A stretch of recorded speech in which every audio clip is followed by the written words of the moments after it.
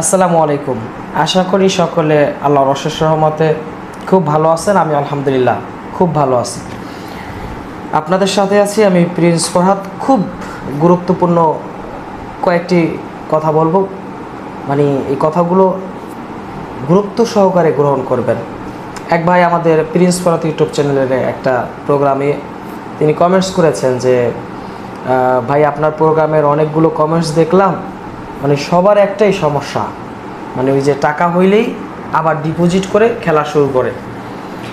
এখন এই সমস্যা সবার, এটা আমি জানি। আমাদের প্রোগ্রাম দীর্ঘদিন পর্যন্ত প্রিন্স ফরহাদ ইউটিউব চ্যানেলে ইতিমধ্যে 3 শতাধিক প্রোগ্রাম আপলোড করা হয়েছে।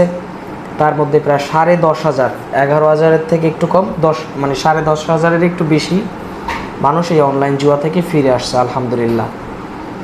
দেখেন, মানুষ অনলাইনে কেন জুয়া খেলে? অনেকে দুইটা কারণ হইতে পারে। একটা হচ্ছে টাকা ইনকাম করার আশায়, আর একটা হতে পারে তার এই অনলাইন জুয়াতে কিছু লস হয়ে গেছে, সেই লস রিকভারি করার আশায়। তো মানুষ টাকা হইলেই জুয়া খেলে, টাকাই হচ্ছে মেইন ফ্যাক্টর। হচ্ছে আপনার কাছে টাকা আছে, আপনি টাকা দিয়ে জুয়া খেলেন, তাই না?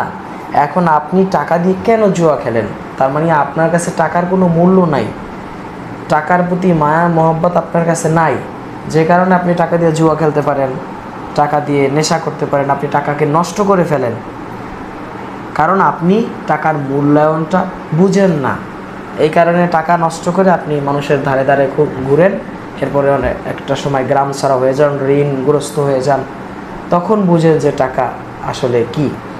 যখন বিপদে পড়েন, 500 টাকার জন্য মানুষের ধারে ধারে যান, ফোন দেন, কেউ দেয় না, তখন আপনি অনুভব করবেন যে আপনার কাছে কোনো টাকা নাই। গাড়ি ভাড়া 10 টাকার রাস্তা, গাড়ি ভাড়া যদি না থাকে, ওই 10 টাকার রাস্তা আপনার কাছে আপনার জন্য হাইটা যাইতে হবে। তখন আপনি অনুভব করবেন যে 10 টাকা আপনার কাছে কি মূল্য। সাইকোলজি অফ মানি একটা বই আছে, এটা বিদেশি এক লেখক, সাইকোলজি অফ মানি। তো এই সাইকোলজি অফ মানি বইটা যারা জুয়াখোর, যারা জুয়ার মধ্যে আসক্ত, তারা যদি পড়েন তাহলে জুয়া জীবনে খেলবেন না। আর আমার কথা যারা শুনেন, গুরুত্ব সহকারে শুনেন, তারাও জুয়া জীবনে খেলার কথা না। যেহেতু অসংখ্য মানুষ এই জুয়া থেকে ফিরে আসছে, কিন্তু আপনি টাকা হইলেই আবার খেলেন, তার আপনার সমস্যা হচ্ছে আপনার সাইকোলজিতে। টাকাকে কিভাবে সঠিকভাবে ব্যবহার করতে হয় আপনি জানেন না।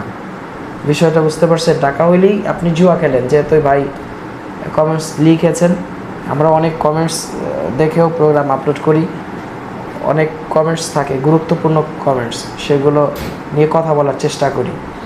তো আমার ভাই, আপনাকে আমি কি দিয়ে বুঝাই, আপনাকে আমি কিভাবে বুঝাই? এই অনলাইন জুয়া আপনি কখনোই এখান থেকে শান্তিতে টাকা উত্তোলনও করতে পারবেন না, শান্তিতে আপনি এখান থেকে ইনকাম করতে পারবেন না। আপনার কাছ থেকে তারা শান্তি হবে, আপনার কাছ থেকে টাকা নিয়ে যাবে, আপনাকে একটা লোভ দেখাবে, সেই লোভের পিছনে পিছনে আপনি ছুটবেন, আর তারা মজার ছলে আপনাকে একটা খেলা দেখায় মজার ছলে আপনার কাছ থেকে টাকা নিয়ে যাবে। এটাই গুরুত্বপূর্ণ কথা। এই জন্য আমি বলি যে সাইকোলজি অফ মানি, ওই বইটা আমি কিছু কিছু অংশ পড়েছি, সেই কিছু কিছু অংশ থেকে আমি আপনাকে একটা বিষয় বলি। আপনি যদি টাকাকে নষ্ট করে ফেলেন, এখানেও এইভাবে বলা হয়েছে যে যারা টাকাকে নষ্ট করে অযথা, তারা জীবনও টাকার মালিক হইতে পারে না।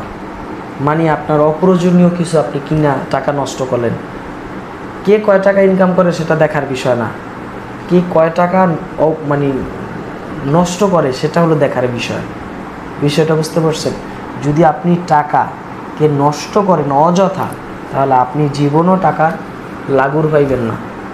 আপনি যদি টাকাকে নষ্ট না করেন, আপনার অবস্থা পরিবর্তন হয়ে যাবে, এতে কোনো সন্দেহ নাই।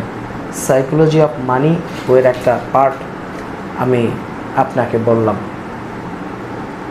আশা করি এই বিষয়গুলো গুরুত্ব সহকারে নিলে, আমি মনে করি এরপরে আর আপনি অনলাইন জুয়া আপনার টাকা দিয়া, কষ্ট অর্জিত টাকা দিয়ে আর খেলবেন না।